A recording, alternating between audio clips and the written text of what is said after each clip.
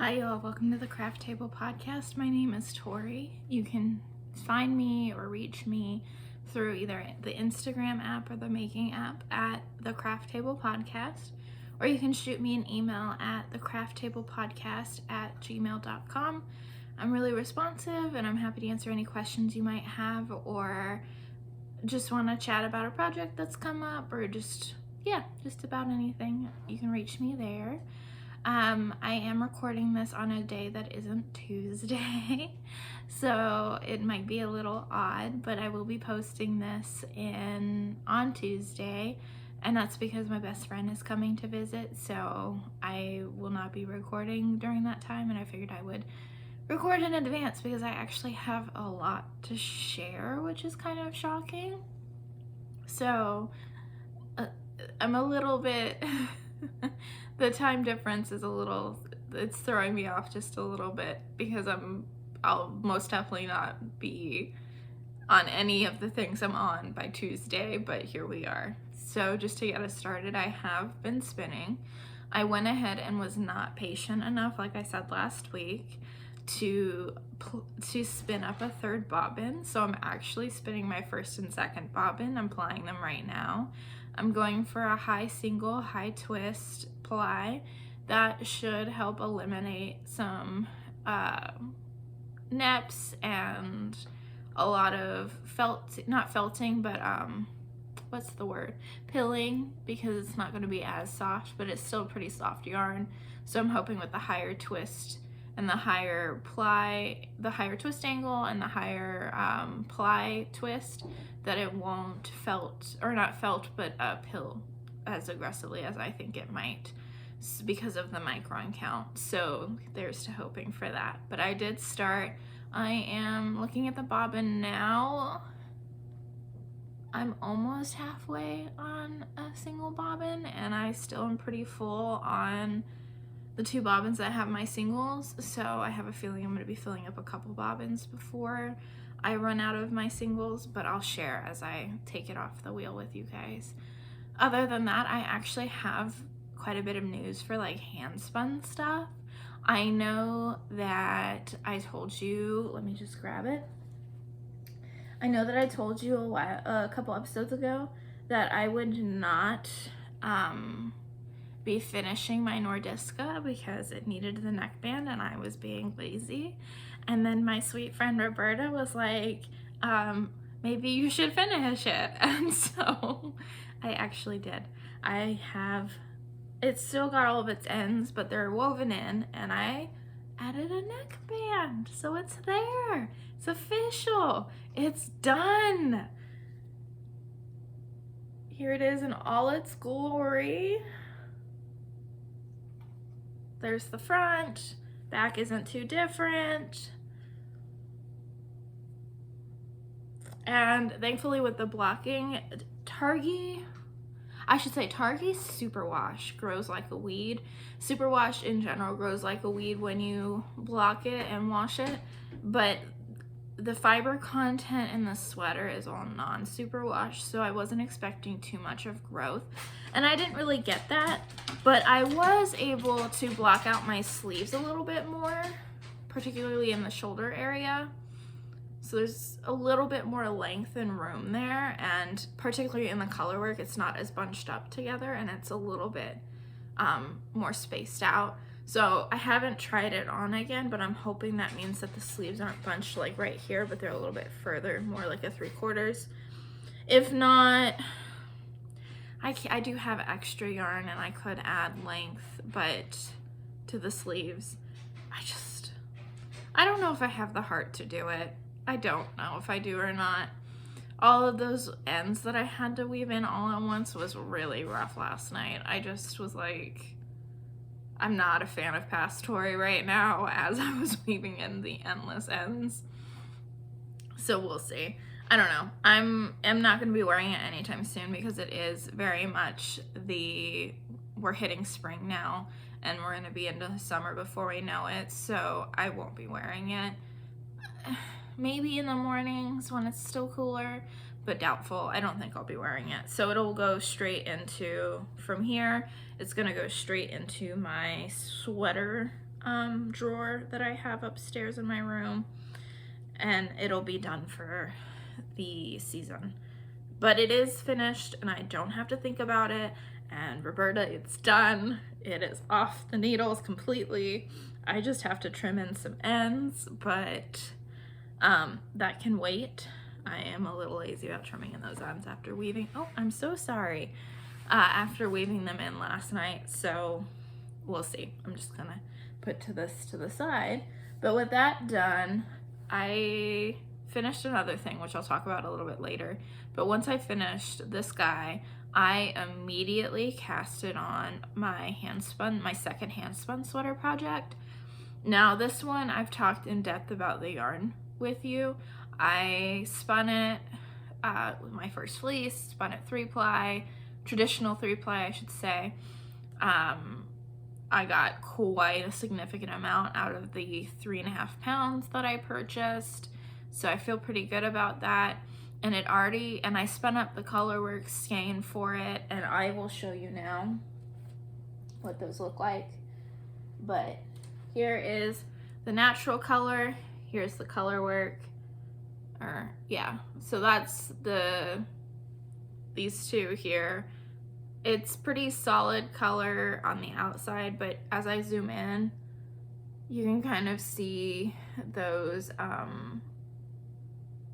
the lighter shades, which look really nice with the natural color that I have of the fleece.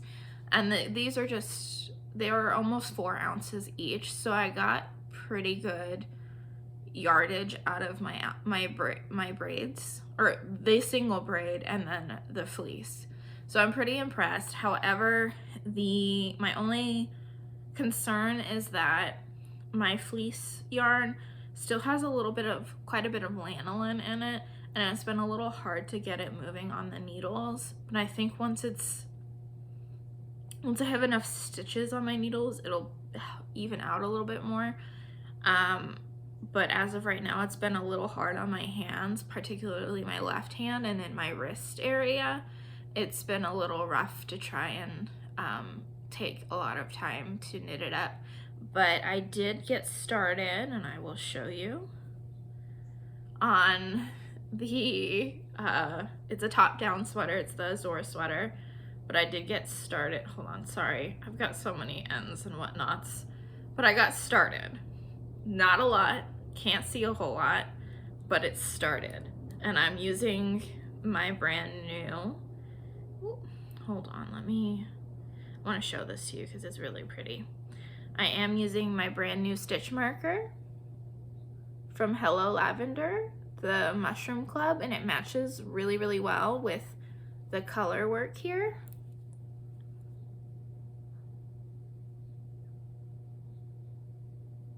So you can see it's not a lot, but I've started the short rows and the neckline, and I have actually converted this pattern, which is a top-down pullover, into a cardigan. I have gone ahead and added 5 stake stitches, which I'll show you here.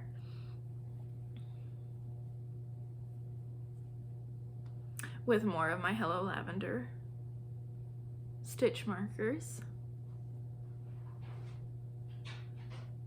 But this is the front end, and then the other end that I just showed you is the back. It begins in the middle of the back, so I just kind of divided my stitches up on either side to make it even, and added in those 5 stitches to get my steek section going. I don't know if it'll work with the color work. I haven't really tested it out yet. This is something that I couldn't really find a lot of resources online for something like this, where you are actually actively changing a color sweater to be a cardigan, rather than, like, say you are making a steek for a cardigan that's being knit front and back to avoid purling. There's a lot of information on that, not so much on what I'm doing, so it was a little difficult, and I just bit the bullet and decided to take the risk. So far it's been really nice. I'm really enjoying it. The Cormo, which is the sky, is so soft. I'm loving it. It's really enjoyable and squishy. So is the sky. Even though it's pretty lanolin heavy, it does still look nice, and I have a feeling it's gonna look really good and feel really good after a couple washes. It's not rough, and it's gonna be not on my neck. Now, if it were on my neck, I think I would have an issue, but it's not, or like on my head if it were a hat. But like I said, it's not, and I'm gonna be wearing stuff underneath it because it's a cardigan. So I have some good feelings about it, and it already feels really special, and I'm really excited to continue working on it. I just have to go really slow because it's hurting my hands, and it is taking me some thinking power to go through the color work and the increase rows to make sure that I am keeping it balanced on either side of the steek. So it's probably going to be a very, very slow process for me, but it's been a very, very enjoyable process, and I'll definitely continue to share as I go along. But I did start that, and that's been feeling really, really good. And that's been all of my spinning content or handspun related content. I did pick up a crochet project, so let me grab that. I'm so sorry, I keep kicking you, but I wanted to use this Advent. I don't know. I know why I bought the Advent, because of Supplies and Hellhounds, and I adore her stuff. And the items that I have made from her, things like this sweater and another sweater, they're a dream. A dream. And the shawl I've made from her stuff is a dream. And the year that she did this Advent, it was an Advent of woolen minis based off of the Akatar series, if you're familiar with Sarah J. Maas. But she did a Advent calendar a couple years ago, I think 2019, or technically it was 2019. It was 2019, and I purchased it, and it's been sitting in my house, and it came with me from my move from my apartment to this house, and I've been daydreaming about it ever since. Oh, there's a cat. Which one is that? Oh, that's little Mio. That's the tiny one. That's Mio. She's all black. And then I have another one, a black and white cat named Bean. Sorry, I just love them. They're so sweet.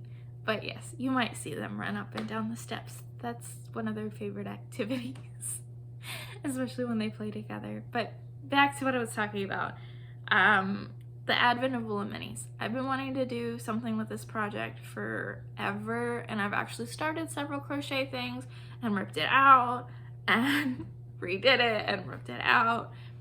And there are plenty of like nice stripey and scrappy knitting projects, but for whatever reason, I really wanted to crochet with this, so that I don't know, I just really wanted to crochet with it.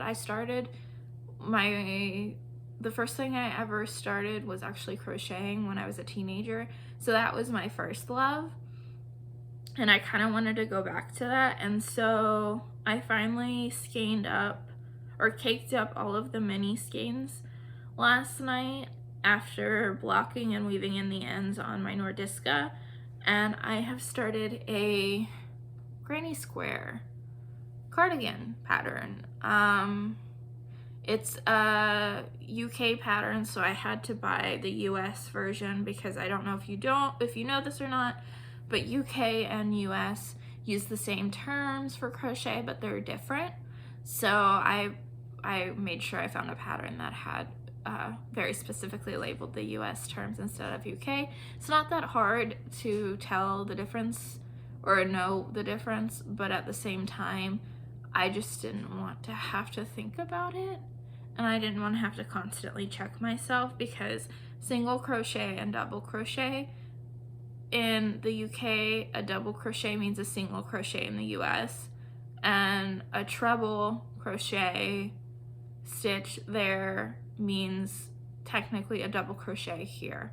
So I just didn't want to have to think about that and bother with it. So I've started on these little mini, I'm just using a bunch of different colors, and I'm not going by the dates, I'm just going by color scheme.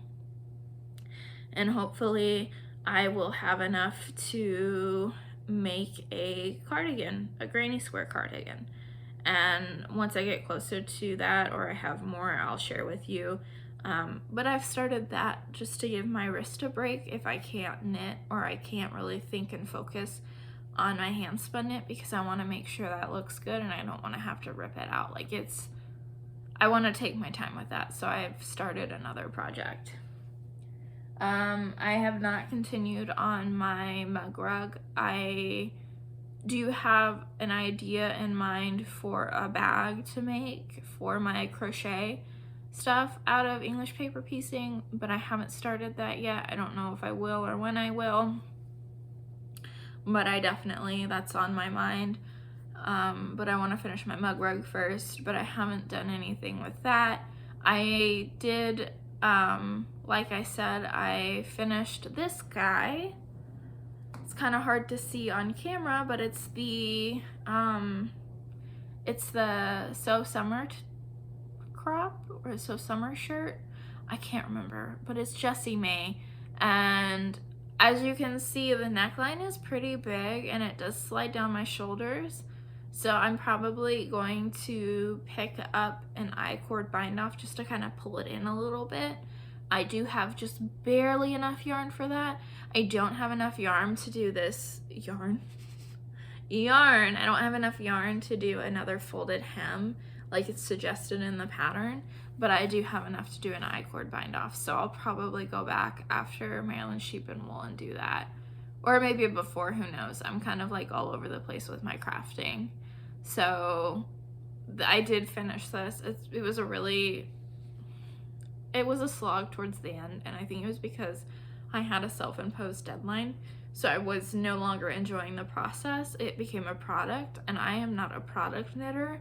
I'm a process knitter and process crafter in general. So once I make it about the product, it kind of ruins the fun for me, and I don't enjoy it anymore.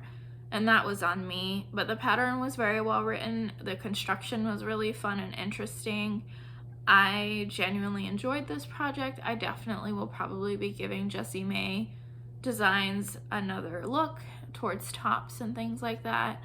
I was shocked with how pleasant the experience was, because I'm not someone who typically thought I would wear t-shirt sweaters, but here I am. I'm doing it.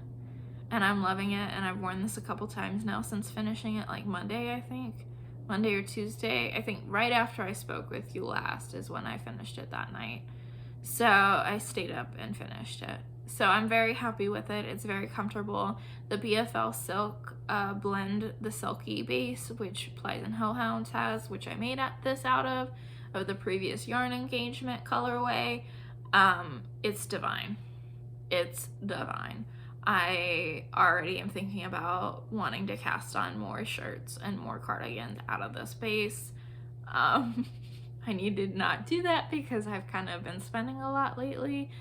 What that says about my mood is a different story, but I have been spending quite a bit on crafting. So that'll probably be like a next winter purchase or something when I don't have plans for all these different projects going on in my head. But I did finish it. I'm very happy with it. I'm excited to get a lot of wear out of it this summer. It's very comfortable and cool. It's a really nice hot day today, and I haven't been oh, there's Bean. There's my baby Bean. Oh, she sees me. Hi, honey. She's so sweet. She just loves love. Yes, you just love love. She's a good girl. I love her very much. Okay, back to what I was talking about. Sorry, the cats are so distracting, but so cute and sweet. Maggie is in the other room, though. She's pouting because I'm not giving her attention. So, I mean, what are you going to do with pit bulls? So, yes, I am very excited to have this in my wardrobe. I am a little displeased with the neckline, but that's just because I'm not someone who likes very wide, gaping necklines like this. I like to have them, I don't like to have them on my neck, but I definitely like to have them a little bit more closed. So I will probably be making that adjustment later on. But other than that, very, very pleased with it. Could not recommend the pattern more. Could not recommend the yarn more, especially for this top. It's got some amazing drape in it, and it's really comfortable. That is the last of like my crafting stuff, of what I've been doing with crafting. I will share what I have been purchasing, because the big purchase that I wanted to talk about came in the mail. I bought from one of my local yarn stores out in Philly called Wild Hand. They were having a sale for their new website, so I bit the bullet and decided that I would purchase something from them. So I got a magazine and a book. I bought, for the first one, the Pom Pom Quarterly, and this one has beautiful photography in it, and you can see the cloud bow dress on top, and that's the main purpose of me purchasing this particular magazine. But here it is up close, and it's very beautiful color scheme. It's very much in my wheelhouse. I love these soft colors. Like, oh, that's a pattern page. I don't want to show you that. More pattern pages. Let me get to a non-pattern page. So many pattern pages, guys, but that's a good thing. Like, look at this sweater. Just beautiful, guys. Beautiful. I love it. It's so bright and cheery. Could not be more excited. Will I ever make one? Probably not. Will I admire it in the photos? Absolutely. So I did purchase this bad boy. And then the second thing I purchased, which I've been eyeballing since it was announced that it was happening, was the Worsted book from Amy of La Bien-Aimée. This book is beautiful. It is stunning. It is a coffee. If you don't get it for the patterns, it is a coffee table book, and it is beautiful. The photography in this book, the photography in this book is amazing. The color scheme in this book is amazing. The pattern writing is amazing. There are a few patterns in here that I want to knit. Like, look at this. Guys, this is stunning. This is such a good book. Like, come on.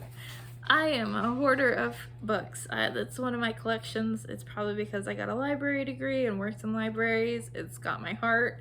But, like, guys, the photos. Absolutely stunning. So it's a beautiful book, and it's got a few patterns I want to make out of it. Will I be making anything anytime soon? No. But can I admire it and look at the prettiness of it? Yes. So, I mean, either way, I think everyone should buy a copy. I think the stuff that Lane is doing, I think that's how you say it, Laine, that particular publisher, I know there was a bit of an issue with them in the last couple of years, but I think what they're trying to do now and the kind of publications that they're pushing are really, really good and really, really interesting. And I think that they're giving the authors a lot of room and a lot of space, and that's been really nice to see that, particularly in this book. I can't vouch for any of the other ones coming out, the ones that have come out, but like this was a really good experience, and it definitely makes me consider any other future purchases from Lane and their other major productions, because it's just really pretty, and it's a beautiful knitting book. It's a beautiful knitting book, and it's got some amazing patterns in it. And I will be making some of them, hands down. There's two that I absolutely adore in this book. But I'll put it down and stop looking at it. It's just really, really pretty. And then the last thing I bought was actually some tools. Well, I actually really enjoy wooden needles, and in particular this brand. The Like needles, however you would pronounce that. I typically buy as I go, and there's my Maggie. She's coming to say hello. She's below the camera though, so you can't see her. I guess all of them wanted some love today. But yes, I usually buy these needles one at a time as interchangeables, and I get I've never owned an interchangeable set. I've never really thought that I needed to, because I could just go to the store and buy what I needed when I needed it. But with the website sale, and the fact that they still had this blush it's not a collaboration, this blush collection, I just decided I would buy it because I'd been wanting it for as long as I think over a year now. I've been watching it and kind of been like, do I need it?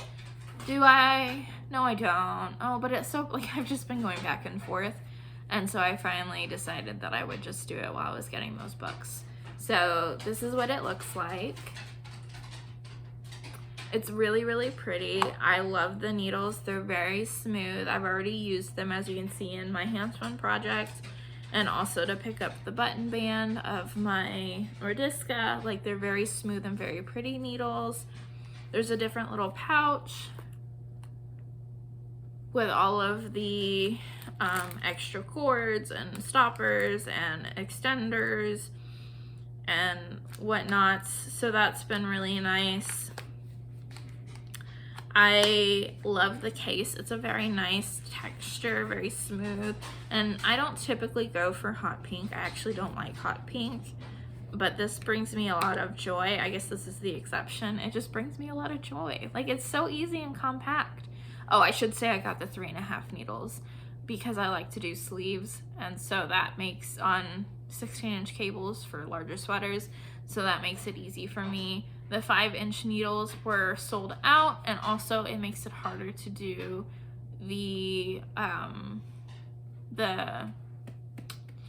sock tubes or sleeve tubes on those needles just because of the added length.